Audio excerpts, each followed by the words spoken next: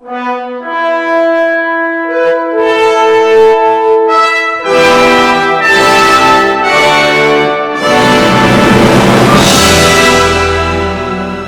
순간은 없겠죠. 난 최고 그런 말이 참 싫어요. 최고가 되려고 그러지 맙시다. 우리 그냥 최중만 되면서 살면 되잖아. 우리 다 동등하게 살면 안 돼요?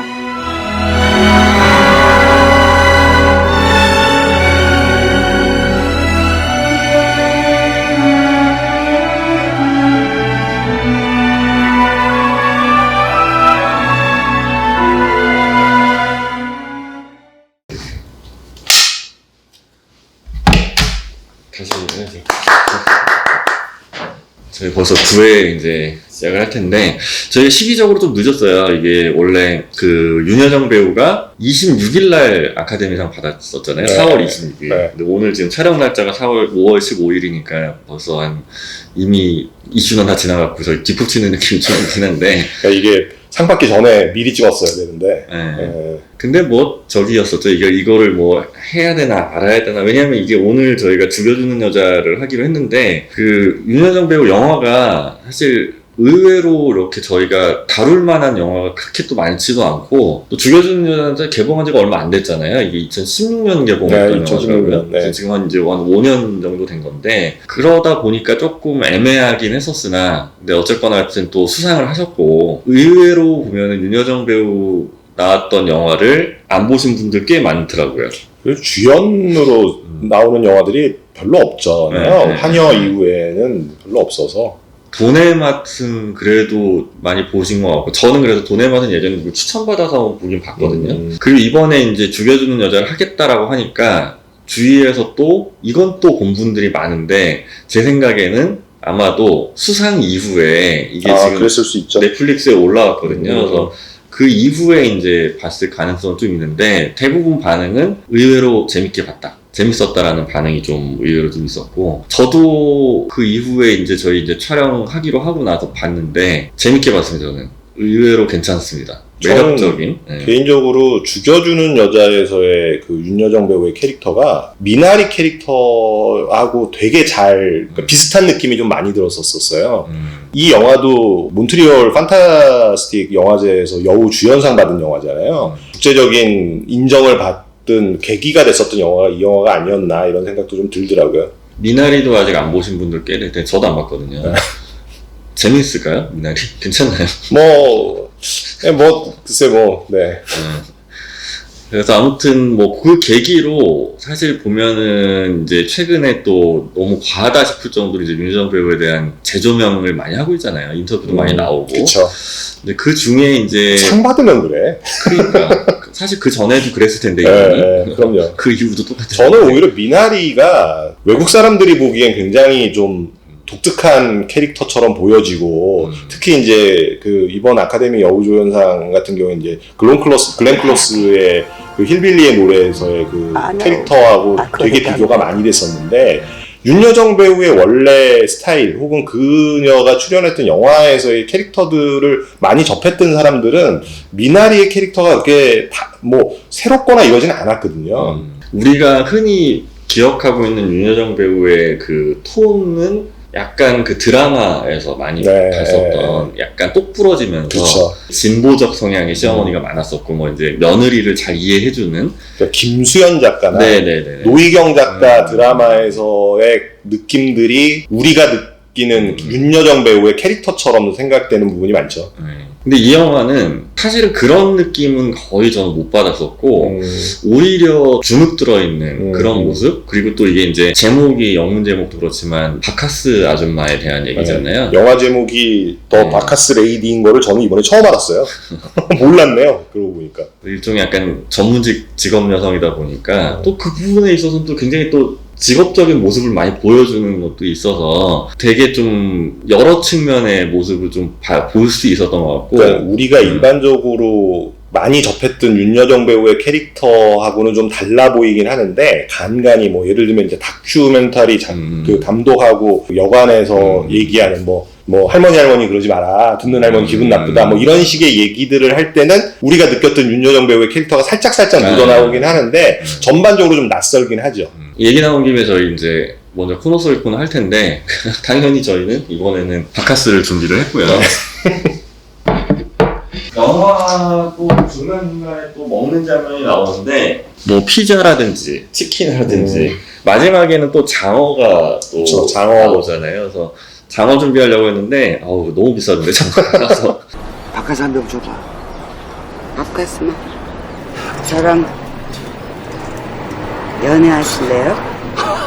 연애요? 연애 좋죠.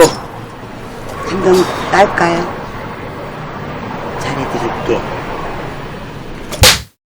영화의 큰 흐름은 보면은 이 탑골공원에서 네. 노인들을 대상으로 일종의 성매매잖아요. 그쵸, 성매매 여성을 성매매를 거죠. 하는 중년 이후 할머니에 가까운 역할인데 본인도 어려움에도 불구하고 어떤 계기로 인해서 이제 어떤 꼬마아이를 데리고 오죠 집에 보호를 하게 되죠. 보호를. 그러니까 이게 영화 초반에는 윤여정, 그러니까 여기서 이제 극중인물 소영의 행동이 사실은 되게 공감되지 않는 부분들이 좀 있어요. 근데 이제 영화 중반 이후에 갔을 때 소영의 어떤 과거 얘기가 나오면서 이 아이를 데려오게 된 어떤 그런 마음들이 이해가 되게 되죠. 그 어렸을 때 이제 네. 애를 자기 아이를 입양 보내는. 네.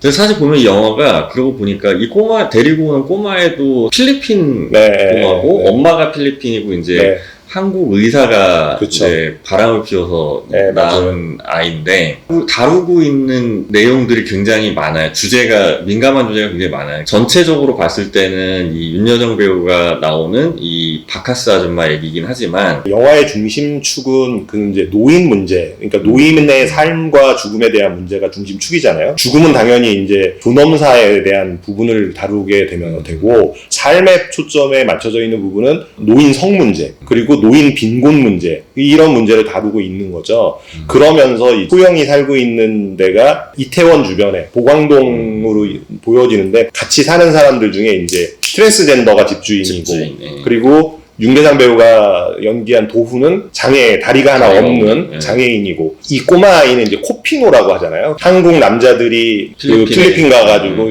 그 필리핀 여자들과 이제 관계를 통해서 애를 낳고는 그냥 그런 애들이 되게 많다고 하잖아요. 필리핀에. 그래서 그 필리핀의 엄마가 이 아이를 데리고 필리핀에서 한국으로 들어온 거잖아요. 그 아빠 찾으러. 이 아이를 남편의 호적에 넣고 싶어서 온 거겠죠. 근데 이제 이미 그 남자는 돈 많은 여자하고 결혼을 해서 애가 셋이나 있는 상태고 그런 상황인 거죠. 그래서 되게 다양한 주제를 다루고 있는데 네. 그 주제들이 다 하나같이 다 사실 보면 쉽게 다룰 수 있는 그렇죠. 주제는 이게 아닌 것 같아요. 우리 주변에 분명히 존재하면서도 우리는 일상적으로 외면하고 싶은 주제인 거고, 그리고 윤여정 배우도 그 이 영화 촬영 이후에 인터뷰에서도 그런 얘기를 했었는데, 본인은 바카스 아줌마라는 존재가 있는지도 몰랐었대요. 그전에는. 이런 역을 하면서 굉장히 힘들었었다고 하더라고요. 정신적으로. 그랬을 것 같아요. 네. 이 제목이 죽여주는 여자가 사실은 중의적인 의미잖아요. 그렇죠. 이 영화 자체가 전체적으로 봤을 때 크게 두 구다리로 나눌 수가 있는데, 앞에서의 구성은 어떤 성적인 표현에서의 죽여주는 여자의 삶을, 그리고 중반 이후로 넘어가는 두 번째 구다리에서는 진짜 조력살인을 하는 그런 모습에서의 죽여주는 여자가 되는 거잖아요. 그러니까 노인 존엄사까지도 다루게 되는 그렇죠. 영화인 거예요. 네, 보면은. 그래서 이제 말 그대로 후반부에는 진짜 대신 죽여주는 네. 센스가 있는 것 같긴 한데 제가 볼 때는 그 옛날 그 동두천에서 일했었던 복희라는 동생을 만나잖아요. 근데 거기서 얘기할 때 처음으로 이제 그 본명이 미숙이, 양미숙이라는 본명이라는 게 나오고, 소영이라는 이름은 가명이었었던. 거기서 이제 복희가 그런 얘기를 하죠. 언니 이름이 뭐였더라? 그러면다가 아 맞아 소영. 그러면 소영 이렇게 얘기를 하잖아요. 근데 그걸 딱 보면서 이게 늘 실제 나이보다 어린 모습으로 살아가야 하는 직업을 가진 여성의 애환? 이런 게 되게 느껴져서 그 소영이라는 이름 자체도 이재용 감독이 되게 고민을 한 끝에 만든 이름이었겠구나라는 생각이 들더라고요. 그러니까 이 영화가 2004년에 개봉했었던 그 밀리언 달러 베이비라는 클린트 이스트우드 감독 영화에 보면 거기서도 조력살인의 얘기가 나오죠. 힐러리 스윙크가 계속 본인은 자살하고자 하는데 조력살인을 안 하니까 힐러리 스윙크는 계속 자기 혀를 깨물어요. 결국은 이제 클린트 이스트우드가 도와주는 영화인데, 그 그 영화가 그 당시에 미국에서도 엄청난 반향을 일으켰었던 영화거든요. 조력산인이라는 부분 때문에. 근데 이 영화 역시 우리나라에서 주제의식 자체가 너무 충격적이었었던 거죠. 처음에 저는 이 영화 저희 부감TV 촬영한다고 했을 때 그다지 땡기진 않았었어요. 왜냐면 주제 자체가 굉장히 네. 제가 보기에 다 불편한 주제였었기 때문에 또 줄거리에 안 나오는 다른 주제들까지 이렇게 어려운 주제들이 막 나오다 보니까 야 이거 좀 쉽지 않겠다라는 생각이 좀 들었는데 배우의 힘인 것 같기도 하고 이재용 감독의 또 약간 연출력인 것 같기도 한데 네. 그렇게 크게 불편하거나 어렵진 않았었고요. 네. 그러면서 네. 저희 뭐 부모님 세대나 아니면 할아버지 할머니 세대들이 예전에 겪으셨거나 아니면 지금 겪고 계실 것 같은 그렇죠. 내용들일 것 같아서 사실 저도 약간 영화 보면서 여러 가지 생각을 좀 하게 되더라고요. 이제 노희경 작가가 이 영화를 보고 웬만한 인문학 강의를 듣는 것보다 훨씬 더 통찰력이 있는 영화였다라고 얘기를 하는데 우리가 잘 몰라서 그렇지 실제로 탑골공원에서 존재하는 이야기예요. 그리고 실제로 노인분들, 그러니까 혼자 사는 남자 노인분들이 성 문제 때문에 탑골공원에서 저렇게 거기서 성병이 걸려서 비뇨기과 출입을 하고 그리고 같이 사는 뭐 가족들 그러니까 자식들이죠. 자식들한테 그 얘기를 못해서 자살을 하고 이런 일이 실제로 벌어지고 있다라는 기사를 제가 봤었어요. 그러니까 우리가 외면하고 싶지만 실제로 존재하는 부분들에 대한 이야기를 굉장히 담담하게 하고 있는데 이재용 감독이 본인이 이런 주제를 가지고 영화를 만드는 거에 대해서 굉장히 고민이 많았다고 인터뷰에서도 얘기를 했었었죠. 사실은 관객들도 쉽게 판단하기는 어려울 거예요. 저런 어떤 게 맞느냐, 또 어떤 부분이 또 틀리느냐 이런 거를 섣불리 또 저희가 또 그 나이대가 아직 안 됐기 때문에 네. 판단을 할 수도 없을 거고 그리고 영화 자체도 사실 그거에 대한 어떤 판단을 강요하는 영화는 아니다라는 네, 생각이 좀 들긴 그렇죠. 들었어요. 네. 약간 다큐멘터리 성격도 좀 있긴 하지만 그것보다는 오히려 윤여정 배우 때문에 그렇겠지만 좀 더 감독의 시선이 어느 정도는 그래도 좀 느껴지는 근데 그게 맞아요. 너무 과하거나 그렇지는 않아요. 그러니까 그 역할을 저는 윤여정 배우가 되게 잘했다고 네, 봐요. 네. 그 좀 객관적인 관점에서 그러면서도 이 상황에 대한 실체적인 어떤 모습들을 좀 되게 건조하면서도 가슴 아프게 볼 수 있게 한 거는 윤여정 배우의 연기력이 아니었나라는 생각이 들어요. 저는 예전에는 윤여정 배우가 연기 잘한다는 생각 한 번도 해본 적이 없어요. 네. 이 영화를 보니까 네, 그 지나가는 이런 표정들 있잖아요. 보면 아무것도 안 하는 것 같은 표정들, 네, 멍 때리고 있는 것 같은 표정들 보면은 실제로 그거 저희 부모님이나 예전에 할아버지 할머니들이 그런 표정 지으실 때가 되게 많았거든요. 그래서 그리고 뭐 말투나 뭐 저런 행동들도 보면 굉장히 무심한 듯하지만 마치 진짜 실제 자기 몸의 일상이 원래 그랬던 것처럼 그 잘한 것 같아요. 네. 그래서 오히려 그런 점 때문에 이 영화를 본 사람들이 그냥 한 번 보고 지나치는 게 아니라 조금은 그래도 생각보다 되게 괜찮았다라는 느낌이 여운이 좀 남는 거죠. 생각도 좀 많이 하게 되고. 그 여기서의 소영이라는 캐릭터가 되게 복합적인 캐릭터라고 느껴지는 부분이 그런 부분들이 좀 있어요. 그러니까 굉장히 억척스러운 삶의 그런 생활인으로서의 삶의 모습도 있고 또한 그 주변의 그 민호나 도훈이나 티나에게 대하는 태도들을 보면 되게 따뜻한 엄마 같은 모습도 있고 맞아요. 그리고 또 그 자신하고 그런 어떤 대립각을 세우는 또 다른 딱 바카스 할머니하고의 싸울 때는 되게 또 무섭다가 우리가 아는 윤여정. 네, 그런 모습도 있다가 그 다큐멘터리 감독하고의 모습에서도 또 그렇고 그러니까 이게 굉장히 사람과 사람을 대하는 어떤 사람과의 관계 속에 있느냐에 따라서 되게 다른 모습들을 보여주는데 실제로 우리도 마찬가지죠. 우리도 그런 것 같은데 이 영화에서 윤여정 배우의 캐릭터가 기존에 봤던 어떤 정말 할 말 다 하고 똑부러진 모습으로만 이렇게 비춰지던 모습과는 달리 저는 이 헤어스타일이나 전체적인 느낌도 되게 촌스럽거든요. 옷도. 네, 옷도 그렇고. 근데 그런 모습들이 되게 순수하고 백치미도 느껴지는 거예요. 영화 속 캐릭터에서는. 추해 보이지가 않네. 네, 그런 느낌은 아니었었죠. 네. 그래서 지금까지도 저렇게 배우 생활을 할 수 있지 않나라는 생각도 좀 들고. 제가 죽여주는 여자를 한번 했으면 좋겠다라고 얘기했었던 포인트 중에 하나가 제 관점에서는 지금까지 많은 드라마나 영화 속에서 봐왔던 윤여정 배우와는 다른 모습의 윤여정 배우를 여기서 봤고 그런 모습이 미나리로도 이어지는 부분이 있어요. 그래서 저는 굉장히 윤여정 배우의 필모 중에 의미 있는 작품이라고 생각을 해요. 죽여주는 여자가. 돈의 맛 같은 경우가 사실 저는 좀 진짜 되게 추해 보이는 역할이어서 좀 이렇게 진짜 옆에 있으면 가까이 안 왔으면 좋겠는 그런 느낌이었는데 그래서 윤여정 배우가 또 이 영화에 굉장히 좀 힘들 거라고 예상을 했으나 또 출연을 하게 된 것도 네. 아직 감독을 믿고서 출연을 하게 된 거죠. 저 그 전에 이제 윤여정 배우가 그 여배우들 뒷담화 감독이 미쳤나요. 뭐 이 두 편의 영화를 같이 하면서 이재용 감독에 대한 신뢰가 굉장히 많이 쌓여 있었기 때문에 출연을 했다라고 얘기를 하잖아요. 그래서 내용 자체가 굉장히 자극적이지만 그렇게 다루지 않을 거라는 확신을 갖고 자기는 출연을 했다라고 얘기를 한 걸 보면 실제로 보는 사람들도 그런 느낌을 좀 받게 되고 그게 윤여정 배우가 믿고 진행했었던 그 느낌을 관객들도 그대로 느꼈었을 거예요.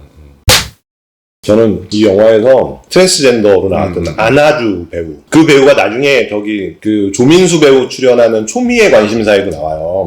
거기서도 이제 이태원에서 일하는 트랜스젠더 클럽에서 일하는 사람으로 나오는데 그분도 되게 연기가 자연스럽고 되게 괜찮다는 생각이 들었고 윤계상도 괜찮았어요. 네, 윤계상 배우도 되게 네. 괜찮았어요 여기서. 네. 오히려 범죄도시보다 훨씬 더 자연스러운 집에서 이제 그 피규어 도색하는 네. 일을 하면서 그러다 보니까 이제 윤여정 배우가 나갈 때 저 꼬마를 대신 봐주고 담배 두 가닥 얻어 피우고. 근데 나는 피규어를 별로 관심이 없어서 그러는데 그렇게 도색을 해서 판매를 하는 거예요? 그게 원래 중국에서 그 대량으로 아주머니들이 보통 칠하는데 우리나라에서 그러니까 퀄리티가 사실 다르잖아요. 보면은 이게 대량으로 칠하는 거하고 실제로 또 우리나라에서 보면은 원형사라고 하거든요. 그 조형을 만드는 사람들은 우리나라 사람들 유명한 분들이 많아요. 훨씬 더 정교하게 만들어서 저거는 뭐 저렇게 본인이 이렇게 개인이 도색해서 파는 건 보통 주문 제작이에요.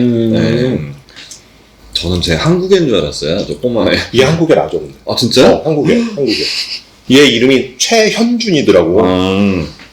그리고 그 노인들 역할로 나왔던 분들도 그렇고 보면은 유명한 분들 그래도 많이 나오잖아요. 그렇죠. 저기 전무송 배우, 뭐 박규채 배우. 노구리 형사. 네. 그러니까 그분이 하는 대사가 되게 와닿는 게 우리가 어쩌다 이렇게 됐냐. 그렇죠. 네. 네. 언제 이렇게 우리가 이렇게 늙었냐. 네. 뭐 이런 얘기를 하잖아요. 보면. 그리고 이제 사실 그분은 정말 예전에 잘 나갔던 분인데 약을 먹었음에도 불구하고 약을 먹었는지도 까먹고. 그렇죠. 맞아. 그리고 그 처음으로 이제 이제 약을 먹여서 이렇게 정말 말 그대로 농약을 배우가 네. 죽이는 네. 그분이 계속 그러잖아요. 윤여정 배우도 안타까워하는 게 그렇게 깔끔했던 그쵸. 분인데 네. 중풍이 와가지고 이제 혼자 씻지도 못하고 네. 그거에 대해서 굉장히 수치스러워하잖아. 본인은. 나한테 냄새 안 나냐 물어보고 네. 냄새 나지 뭐 이러고. 네. 근데 저는 이 영화 보면서 계속 그런 생각이 들었던 게 남자들이 너무 비겁해. 맞아. 저도 그 생각 들었던 게 이분도 이 전무송 아저씨도 젠틀할 뿐이지 사실상 지금 보면 친구도 네. 그럼 왜 이거 맞아요. 윤영구 그 얘기잖아요.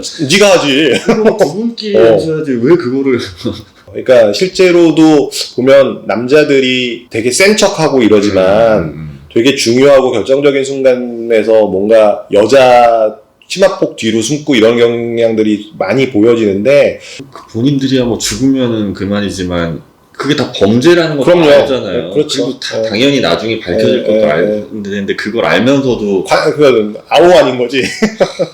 그런 거 보면은 그러니까 정말 그게 최고봉인 게 결국 여기서 이제 영화 속에서는 조력살인을 3번 하잖아요. 그러니까 2번 하는 거죠. 조력살인은 2번 하고 한 번은 전무성 배우 같은 경우에는 본인이 이제 자살하는데 옆에 자기 죽을 때 옆에 있어달라고 하잖아요. 그러니까 얼마나 이기적이야.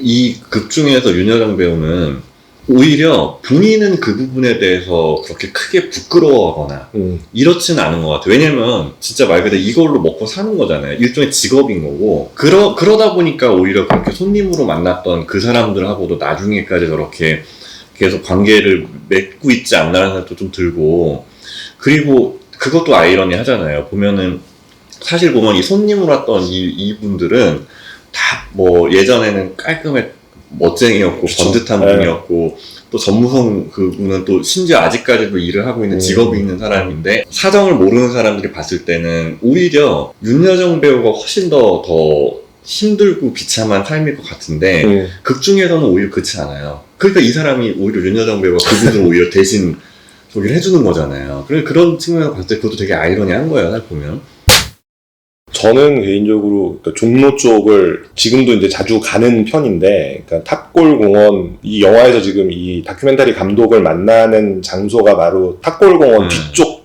바뀌고, 그 바로 앞에 있는 그 유진식당이라는 데가 저는 가끔 가는 식당이에요. 거기가 평양냉면도 팔고 수육도 팔고 뭐 편육도 팔고 되게 그 좋아하는 식당인데, 거기서 바카스 아줌마 할머니로 추정되는 분들도 간간히 보이세요. 여전히 우리가 살고 있는 공간과 가까운 공간에서 벌어지고 있는데 우리가 너무나도 무지한 거예요. 저분들의 삶에 대해서. 그런 부분에 대한 자각을 하게 되는 그런 영화였고, 전무성 배우가 연기한 그 재우라는 캐릭터가 그런 말씀을 하잖아요. 다들 번호표 빼놓고 기다리고 있는 삶을 사는 거다. 근데 어찌 보면 태어난 모든 사람은 번호표를 뽑고 있는 거잖아요. 우리도 사실 번호표를 뽑고 있는 건데, 워낙 번호표의 순번이 늦은 상태라고 생각을 하다 보니까 죽음을 직시하지 못하고 우리의 문제라고 생각을 못하지만, 결국은 우리가 언젠가는 겪게 되고 감당해야 될 문제이기 때문에 거기에 우리의 이야기가 아니라고 볼 수는 없는 거거든요. 그래서 굉장히 가슴 아프게 볼 수밖에 없었던 영화라는 생각이 들어요. 저희 얼마 전에 술자리 한번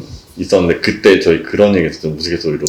가끔 가다가 사람들이 자기가 언젠가는 죽는다는 사실을 까먹고 맞아요. 그 얘기했죠. 네. 그래서 저는 이 영화 본 이후였거든요. 그 자리가. 그래서 이 생각이 났었어요. 뭐 한 1년 전에 읽은 책 한 권이 있는데, 그 이제 인구학 책이에요. 근데 그 책에 보면 그런 얘기가 나와요. 그러니까 100세가 넘은 분들은 다 전수조사를 한대요. 최근에는 그분들의 실제 거주지를 찾아가 보면 다 요양원에서 혹은 요양병원에서 마스크 끼고, 산소 마스크 끼고 있다고. 여기 보면 이제 세브로송이라는 분으로 나오는 박규채 씨가 연기한 세브로송 같은 그런 삶을 살고 있다는 거죠. 그러니까 100세 이상의 삶을 사는 사람들이 10몇 년 사이에 10배 이상이 늘었는데, 그분들은 사실은 몇 명인 거잖아요. 그러니까 과연 그런 삶을 이렇게 유지하는 것이 옳은가라는 부분에 대한 문제도 이제 이 영화에는 제시를 하고 있는 거잖아요. 예전에 저희 보험회사 일할 때 유병장수의 그렇죠. 시대죠. 그렇게 살아가는 것이 어찌 보면은 그건 고통일 수 있는 거죠. 고통이죠. 나의 문제라고 보는 순간 이 영화가 너무 고통스럽더라고요. 그러니까 여기서 너는 하나님이 주신 거 떼가지고 네 맘대로 그렇게 성을 바꿨으니까 천당 못 가지 않냐, 그런 얘기를 하는데, 이게 저 관점 자체가 이게 대한민국 내에 있는 기독교의, 그러니까 모든 기독교는 아니겠으나 대다수 기독교의 관점이죠. 트랜스젠더나 동성애자나 이런 성소수자에 대한 되게 정죄함, 그런 관점들이 한국 기독교가 갖고 있는 참 큰 문제라고 봐요. 근데 그거를 똑같이 소외받는 입장인 윤계상이 얘기하는 것도 참 되게 아이러니한 거예요. 맞아요. 이게 그래서 참 영화가 아무 생각 없이 처음에 봤다가 보기 시작했다가 보면 되게 많은 얘기들을 좀 담고 있는 것 같고. 이 영화가 또 하나 이제 제시하고 있는 게 그런 것 같아요. 그러니까 가족의 형태에 대한 문제 제기도 하고 있는 거로 보여지는데, 그러니까 실제로 보면 이제 세브루송의 실제 어떤 혈육 관계로 맺어진 가족이 얼마나 의미 없고 남보다 못한 가족이잖아요. 그들은 오로지 그 아버지의 재산 받을 생각만 하고, 그걸 영화 속에서 봤을 땐 결국은 세브루송이라는 분이 잘 키워서 미국으로 보내서 거기서 성공했는데, 손자 손녀는 할아버지 대하는 태도나 이런 것들 볼 때 어떤 느낌인지 참 그런데, 반면에 그 윤여정 배우나 희나나 도훈이, 그리고 그 코피노로 나온 민호, 이렇게 같이 소풍 가자고 그래서 여행 가고 이랬을 때 뭔가 그게 더 가족 같죠. 훨씬 더 가족 같잖아요. 그러니까 가족이라는 것이 어떻게 만들어진 가족이냐가 중요한 게 아니라 얼마나 더 마음을 다해서 공감하고 서로를 위해 주느냐, 가족에 대한 관점도 새롭게 제시하는 그런 영화였다고 봐요. 참 좋은 영화예요. 그리고 네, 저도 보고 나서 느꼈는데, 윤여정 배우의 새로운 모습을 아마 이 영화를 통해서 보게 될 거고, 또한 미나리를 보셨던 분이거나 안 보셨던 분이거나 이 영화를 보고 나면 미나리의 연기가 어떻게 그렇게 나올 수 있었구나라는 느낌이 아마 드실 거예요. 그리고 또 그래서 아카데미에서 상을 받았구나.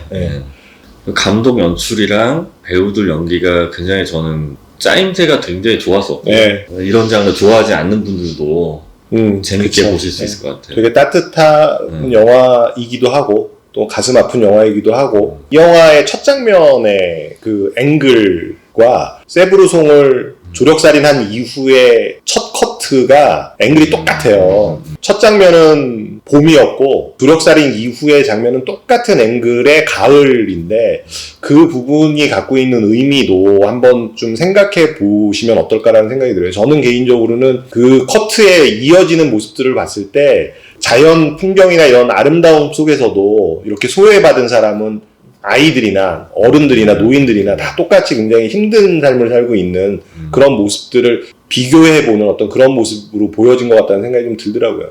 이 영화가 개봉한 게 2016년 10월이었잖아요. 네. 근데 영화 제일 마지막 장면에 이제 그 양미숙이 죽은 날짜가 2017년 10월이에요. 그러니까 결국은 영화 개봉한 이후 1년 후에 양미숙이 죽은 걸로 나오는데 저는 그거 자체가 뭔가 여운을 남겨두기 위한 것 같아요. 그러니까 우리의 관심과 우리가 그런 부분들에 대해서 뭔가 계속적인 문제제기나 이런 것들에 대해서 저들의 삶에 대해서 관심을 갖는다고 하면 저런 슬픈 죽음은 막을 수 있지 않나. 그래도 이번에 아카데미상 수상을 계기로 그런 또 이슈가 없었으면 저는 사실 이런 영화를 안 봤을 가능성이 되게 높죠. 그래요. 좋은 또 기회가 됐으니까 한 번쯤은 보시면 좋을 것 같고요. 네, 이번 미나리 여유 조연상 수상도 축하드리면서 이 영화를 다시 재조명할 수 있는 계기가 돼서 더욱 좋았던 것 같습니다. 넷플릭스에 올라왔으니까 네, 한번 이 기회 한번 보시면 될 것 같습니다. 네, 고생하셨습니다. 고생하셨습니다.